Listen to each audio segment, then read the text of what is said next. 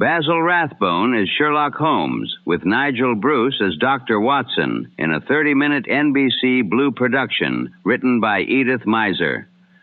From November 6, 1939, this is Episode 6 of The Adventures of Sherlock Holmes, the Bruce Partington Plans, adapted from Arthur Conan Doyle's 1908 story. Mycroft Holmes calls upon his brother after classified submarine plans disappear. The inquiry becomes linked to the death of young government employee Cadogan West. Through London's dense yellow fog, Holmes and Watson follow the few clues at hand, including a trail leading to the underground and the missing papers. Now, back to the golden age of radio.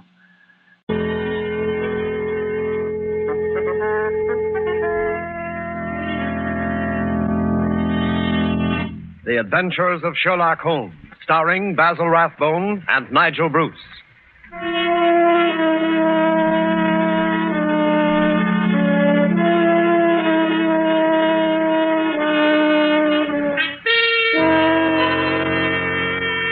The makers of Grove's bromoquinine tablets bring you another adventure of Sherlock Holmes, with Basil Rathbone as Sherlock Holmes and Nigel Bruce as Dr. Watson. A cold is a miserable thing. A cold may become a dangerous thing. Even a so-called light cold can take a serious turn. Be prompt, be decisive in your treatment of a cold. At the very first sign of a cold, take Grove's bromoquinine tablets. Bromoquinine tablets quickly check the symptoms of a cold, quickly relieve the distress of a cold. They give you speedy results, which are very important. Don't monkey around when you can get such a dependable preparation as Grove's bromoquinine tablets. And now, here we are again on our usual visit to Dr. Watson.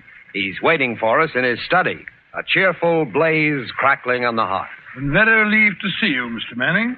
Hasn't the weather been atrocious today? I was beginning to wonder if you'd be able to get here tonight through all this fog. Yes, it certainly is what you Londoners call a regular pea super. Yes, indeed.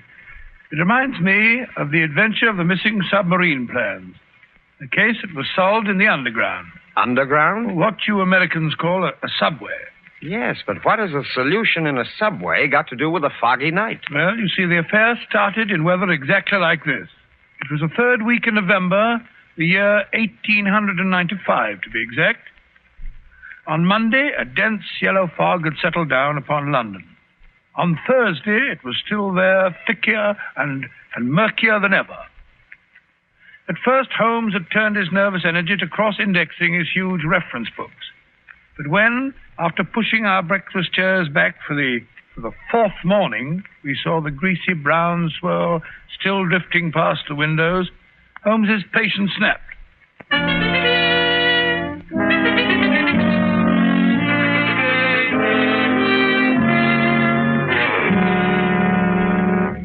Holmes, if you must pace around in circles, I wish you'd change directions now and then. You're making me dizzy. Bah! It's inexcusable, Watson. Inexcusable. No initiative, no imagination. Nothing ever gets done. If you're alluding to the inactivity in this last session of Parliament, my dear Holmes... I'm not speaking of our lawmakers, Watson, but of our lawbreakers.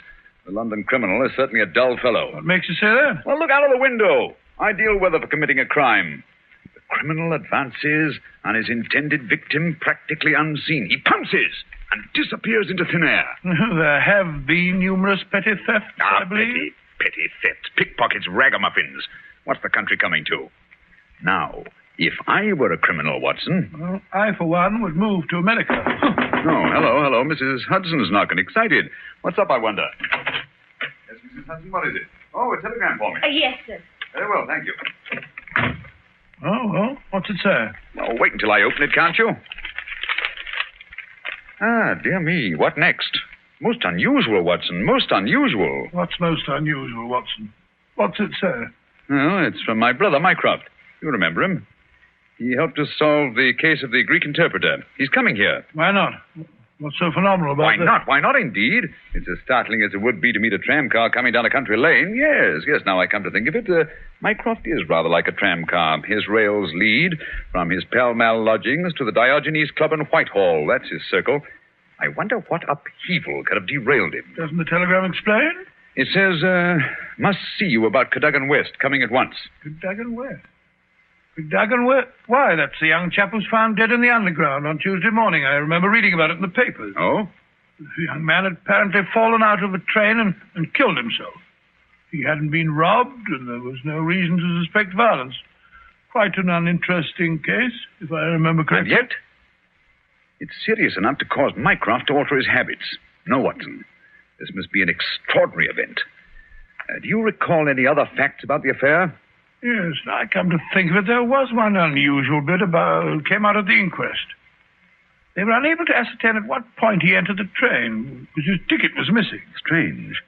What articles were found on the body? Oh, £2.15, I believe it was, a checkbook, and... Oh, yes, 2 dress circle tickets for the Woolwich Theatre, dated for that evening. Theatre tickets, eh? Then it wasn't suicide. A man doesn't procure theatre tickets for the evening on which he intends to end his life. Anything else? A small packet of technical papers, I believe. Technical papers? What kind of technical papers? The newspapers didn't say. As serious as that. What did the young man do? Where was he employed? He was a clerk at Woolwich Arsenal. Government employee. There we have it, Watson. British government, Woolwich Arsenal, technical papers. That's why Mycroft is involved in this affair. I don't understand. No, I suppose not. Watson, have I ever told you what Mycroft is? Your brother, of course. Oh, no, Watson. Do you have to be so dense? I mean, do you know what he does? I seem to have some vague recollection that you once told me that he'd held some small office under the British government. It would be more accurate to say, in a way, that he is the British government. What? His position is unique. He made it for himself. As the tidiest and most orderly brain of any man alive, with a great capacity for storing facts and giving them the proper interpretation. The conclusions of every government department are passed on to him. He's the central exchange, the clearinghouse. Again and again, his word has decided the national policy. He thinks of nothing else. Nothing else can lure him from his contemplations. And yet he's coming here. Yes, Jupiter is descending on us today. What on earth can happen? Now, Watson, that sounds suspiciously like a bad pun. Here he is, if I'm not mistaken, to speak for himself. Come in. Hello, Mycroft. What's up? You look flustered. Most annoying business, Sherlock, most annoying. You know how I dislike altering my habits. Extremely awkward for me to come away from the office, particularly with Siam in its present state. Oh, dear me. Yeah, sit down, Mycroft, sit down. You know Watson, of course. Yes, of course. I'm trying to find a chair that I can trust to hold me. I'd better take the sofa. You certainly haven't got any thinner. I've never seen the Prime Minister so upset. As for the Admiralty, it's buzzing like an upset beehive. You know anything about the case? Watson's just been telling me what was in the newspapers. Just what were the technical papers found on the body? Sherlock, for the love of heaven, not so loud. Those papers which the wretched youth had in his pocket were none other than the plans of the Bruce Partington submarine. Oh? A submarine which will completely revolutionize naval warfare. The most important papers in our government archives. Under no circumstances could they be removed from the office. Even the chief constructor of the Navy was forced to go to Woolwich if he desired to consult them. And yet we find them in the pockets of a dead junior clerk in the heart of London. Yeah, from an official point of view, it's deplorable, my dear Mycroft. Simply deplorable. You may laugh, Sherlock, but this country won't be safe until they're recovered. But I thought you said that they were found in the pocket of this chap, Cadogan West. 10 papers taken from Woolwich. 7 were found in the pockets of Cadogan West. 3 are still missing, the 3 essential ones. To recover those 3 papers is imperative. The peace of Europe depends on them. Nice little problem, eh, Watson? Why did Cadogan West take the papers? How did he die? How did his body reach the place where it was found? And where are the missing papers? Find the answer to those questions, Sherlock, and you'll have done your country an invaluable service. Why don't you solve it yourself, Mycroft? I believe you could. Possibly. But it's a question of digging out details. Give me the details, and I can give you the solution from an armchair. No, when it comes to running about and cross-questioning railway guards and lying on one's face with a lens to one's eye, no, that's not my métier. Besides, your figure prevents your taking such an undignified position, eh? Very well. Leave that part of it was, eh, Watson? Right, you are. Good. I've got a cab waiting outside to take the place where the body was found. I can give you the details on the way.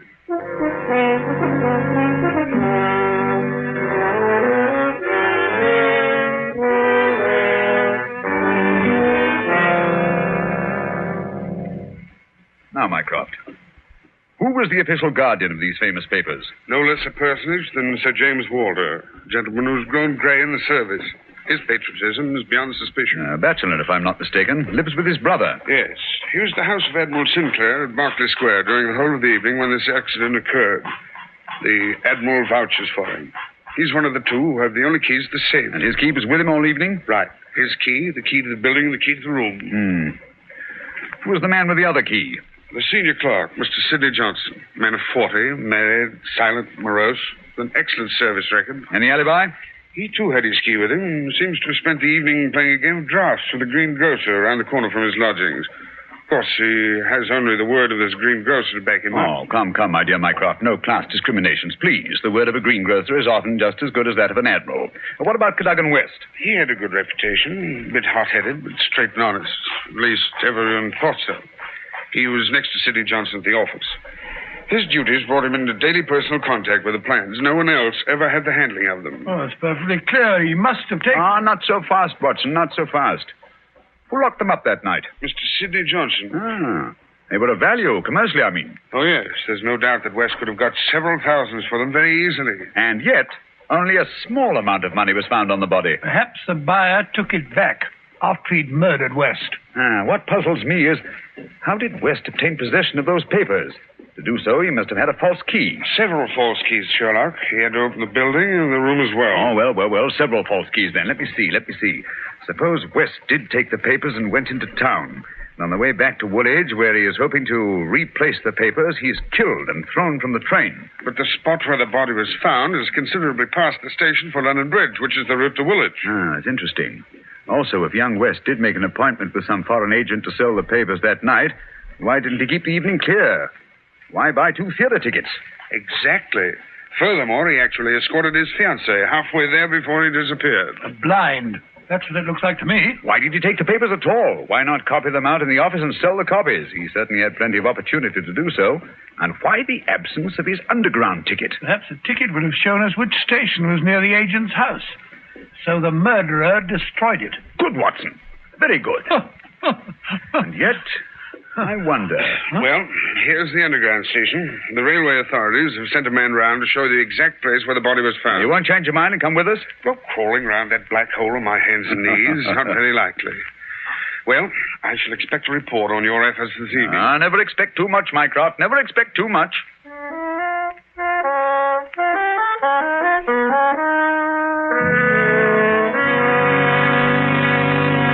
Before we follow Holmes and Watson into the mazes of the London subway system, I have a word of advice. Every year, colds cause a lot of sickness. Every year, they cause a lot of expense and time lost from work. Always regard a cold seriously. Always treat it earnestly. At the first sign of a cold, take Grove's bromoquinine tablets. Bromoquinine tablets are famous relief for the distress of a cold. Their efficacy has been fully established. Bromoquinine tablets go right to work on a cold symptom. They don't waste any time. They don't pull any punches. They quickly relieve the misery of a cold. They help reduce the fever of a cold. Thousands of people keep bromoquinine tablets handy all winter.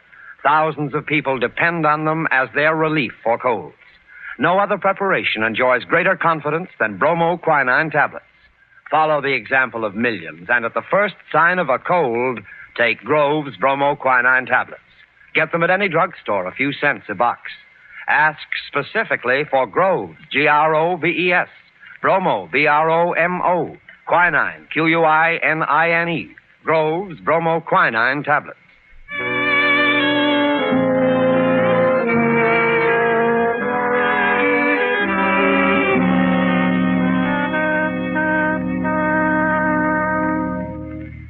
This way, sir.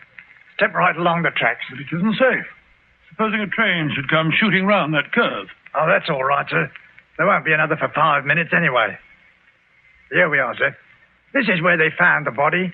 Right here alongside the rails. Lying on its face it was. Spooky old place, eh, Holmes? Like the catacombs, only without the skeletons. Yeah. Anything in his hands when they found him? No, sir. Were they clenched? Or spread out as if he were protecting himself? No, sir. They was what you might call relaxed. What time did all this happen? Well, sir, the train he was hoisted out of, as near as we can figure, passed along here about midnight on Monday. All the carriages have been examined for signs of violence, I suppose. They didn't find nothing, not even the missing ticket. There was a passenger to Aldgate on the ordinary train. About 11:40 it was. He said he'd heard a heavy thud, like something striking the line, just before the train reached this station. But it was so foggy, he said he was blessed if he could see what it was. Holmes, what's the matter? What are you staring at? The curve, Watson. What Curve of of it? the rails. What of it? What do you mean? I suppose there aren't many curves as abrupt as this. No, sir, I can't say as there is. What have curves got to do with it? Oh, an indication, Watson. Merely an indication. Unique. Perfectly unique. And yet, why not? I don't see any indications of bleeding on the line. No, sir, there wasn't any to speak of. But I understand there was a considerable wound. The bone was crashed right enough. Holmes, you hear that? It's a train. It's coming this way. Run, sir. Run for your life. Yes, but where? Up ahead. There's a place where the train switches off. Run, Watson, run. It's just around the curve. We'll never make it. Yes, we will. Faster, faster. There's the switch up ahead. Come on. Here comes the train now. We'll make it. Justin, Watson, for the love of heaven. You're on the wrong track.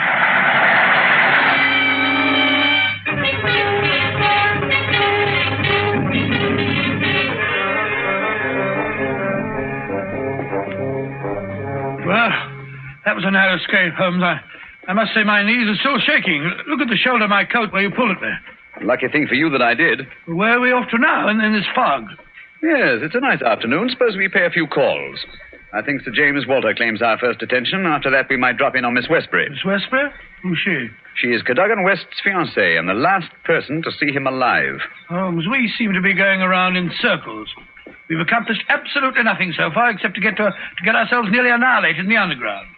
After all, it's perfectly obvious that the young man had a quarrel with someone, in all probability the agent, to whom he sold the papers, and got himself thrown out of the railway carriage for his pains. I disagree with you, my dear Watson. His body fell from the roof of the carriage where it had been placed. Cadogan West met his death elsewhere. The roof of the train? Consider the facts, Watson. A, the curve in the tracks. The body is found at a spot where the train pitches and sways as it comes around the points. B, there was no ticket. C, there were no signs of bleeding on the line because the body had bled elsewhere. Of course. Everything fits together, but where was the body placed on the train? I think I can make a fair guess of that, my dear Watson. Here we are. This is the famous official villa of Sir James Walter. And that, if I'm not mistaken, is his brother, Colonel Valentine, just coming out of the house. What's the matter with the man? He looks positively haunted. Oh, pardon me, Colonel Valentine, but can you tell me if Sir James is at home? Sir James, sir? Sir James is dead. Good heavens, dead? He died this morning. It's terrible. Terrible. How did he die? Oh, it's this horrible scandal. My brother, sir, was very sensitive of his honor. He couldn't survive the disgrace to his department. It broke his heart. Pardon me, gentlemen, I must go. It broke his heart. Most appalling development. Eh, Holmes? I wonder if his death was natural, or if the poor fellow killed himself.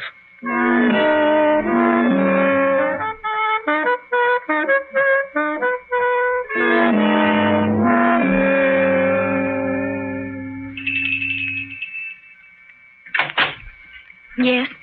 Will you tell Miss Westbury that Mr. Sherlock Holmes would like to see her? Oh, please come in, gentlemen. I'm Violet Westbury, Mr. Holmes. I've been expecting you ever since I heard you had taken the case. Please be seated. Well, thank you. Oh, Mr. Holmes, we must save his good name. He couldn't have done it. Cadogan was the most chivalrous, patriotic gentleman on earth. He couldn't have done it. He would have cut his right hand off rather than sell a state secret. But the facts, my dear Miss Westbury. I admit I can't explain them. Was he in need of money? No, Mr. Holmes. His need was simple and his salary very good. He'd saved several £100. We were to be married at the new year. I see. Had you noticed any signs of mental excitement? Why, well, that is... Come, Miss Westbury, be frank with us. Yes, Mr. Holmes. That night, I had a feeling that there was something on his mind. Mm-hmm. Tell us about it, will you? We were on the way to the theater. It was a foggy night, you remember? We were walking slowly. Our way took us close to his office. Cadogan seemed thoughtful and worried.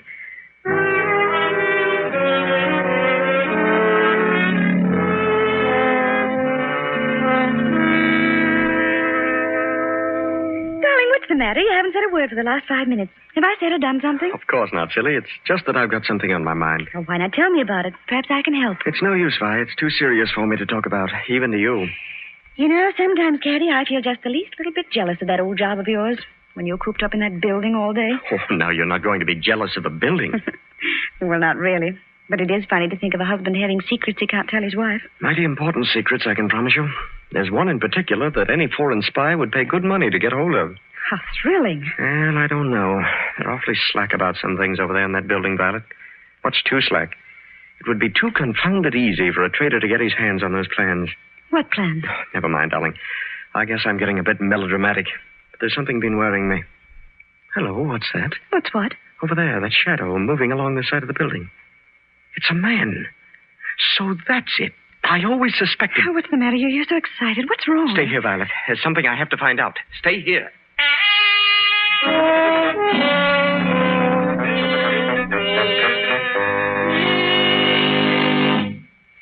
I waited and waited, but he never returned.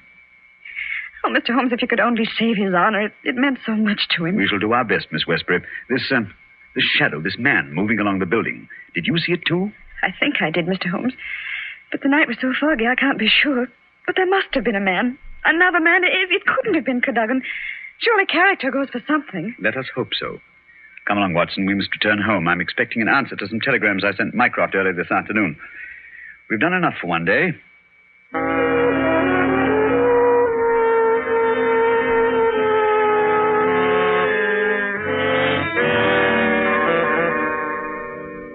Holmes, where have you been all day? You left this morning before I was up. Now you've come home with your towel awry, your suit torn, and as ravenous as a wolf.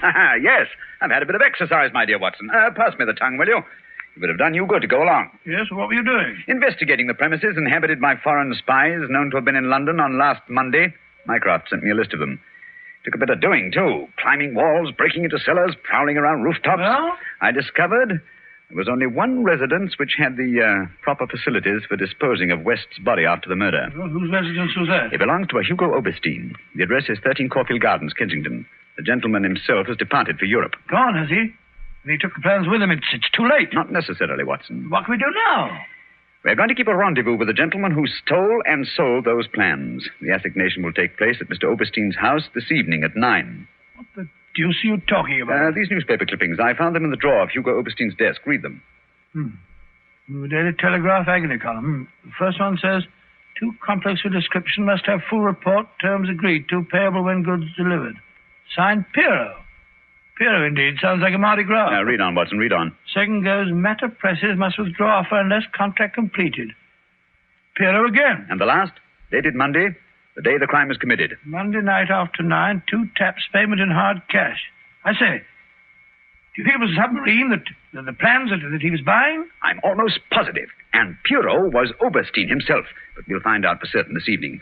I've invited the gentleman who sold the papers to meet us. How? I don't understand. I inserted this advertisement in today's Daily Telegraph. Tonight, same hour, same place, 2 taps, vitally important. Your own safety at stake. Signed, Piero, as usual. By George, if he answers that, we've got him. Unless we're too late. Come along, Watson. There's no time to lose. You can take this package for a change. I've been carrying it around all day. What's in it? Oh, just a jemmy, a dark lantern, a chisel, and a revolver. Nice equipment for a respectable citizen to be carrying about the streets of London, I must say. Yeah, you know, Watson, there are times when I suspect we aren't quite respectable.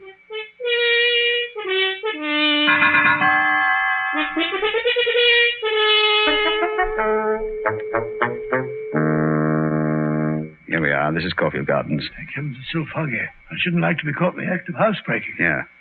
Over this wall, Watson. There's a window we can easily pry open in the back. Scale that wall? Come on, hurry up. There's no time to lose. Here. I'll give you a boost. Come on, up here. That's it. Look out, here I come. I must say, Holmes, you're as agile as a cat. It's uncanny. This is the window. Light the lantern and give me the jemmy. 1, 2...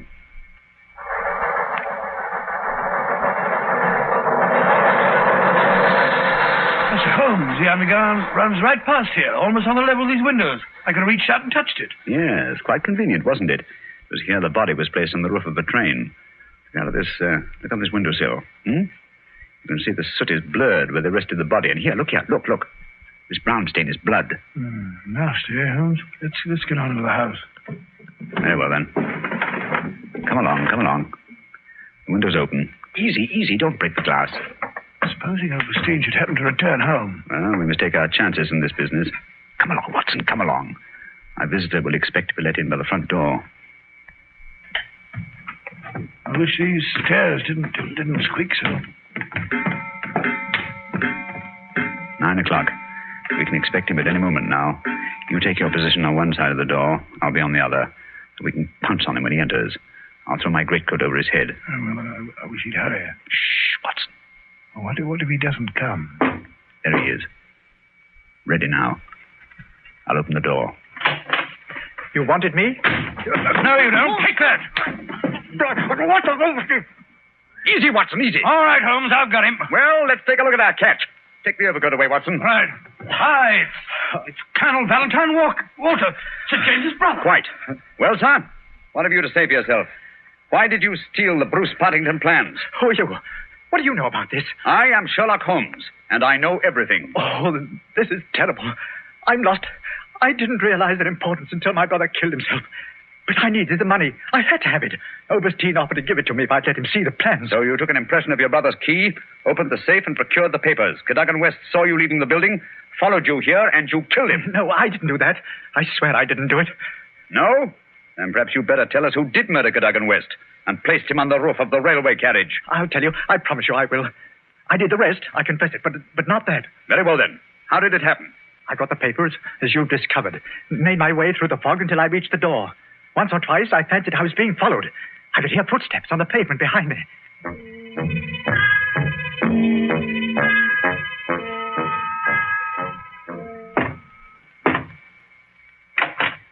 Colonel Walter? Yes? You have the papers? Yes. Let me in, quick. I think someone's been following me. Yes, it's me. You can't do this, Valentine. It's treason. Corey, do you hear? No, you can't sell the papers. Papa Overstein, he knows how to use a blackjack, eh? You've killed him. So? It's murder. I'm going to get out of this. Oh, no. I think different. You will come in here if you do not wish to taste a blackjack, too. But That is better. Oh, what can we do? They'll find the body. I have an idea. First, I look at those papers. I take the ones I want, and the rest we put in the pocket of this foolish young man. And then we give him a nice ride on top of the underground train, no? He will be the guilty one. Who will ever know?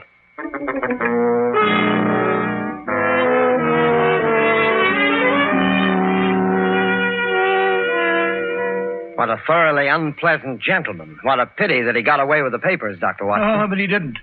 Overstein had left a Paris forwarding address with Colonel Walters. That gentleman sent him a letter dictated by Holmes, saying that he had discovered that one essential detail in the plans was missing, and that he had procured a tracing which would make it complete for a price. And did Overstein swallow the bait? Did he swallow it? He was arrested as he got off the boat at Folkestone.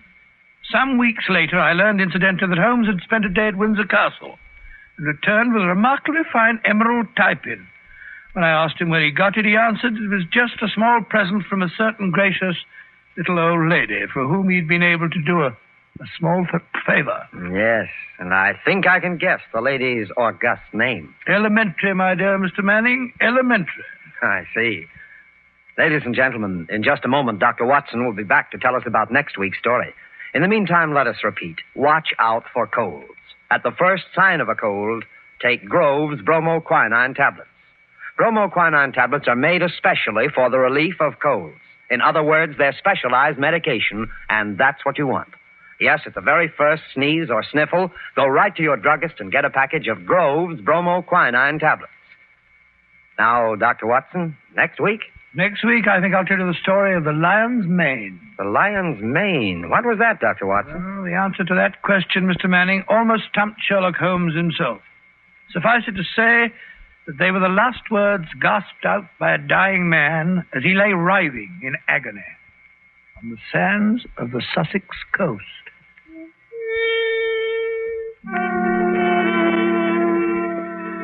You have been listening to a Sherlock Holmes adventure, adapted from Sir Arthur Conan Doyle's story, The Bruce Partington Plans, with Basil Rathbone as Sherlock Holmes and Nigel Bruce as Dr. Watson. The dramatization was by Edith Meiser. This program is presented from Hollywood every week at this same time by the makers of Grove's bromoquinine tablets. Quick relief for colds. This is Knox Manning speaking.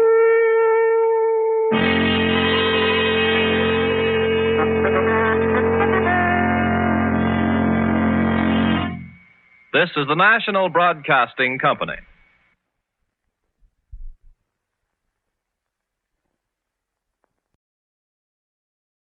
The Adventures of Sherlock Holmes, the Bruce Partington Plans, has concluded. Follow the adventures of Sherlock Holmes for more classic broadcasts.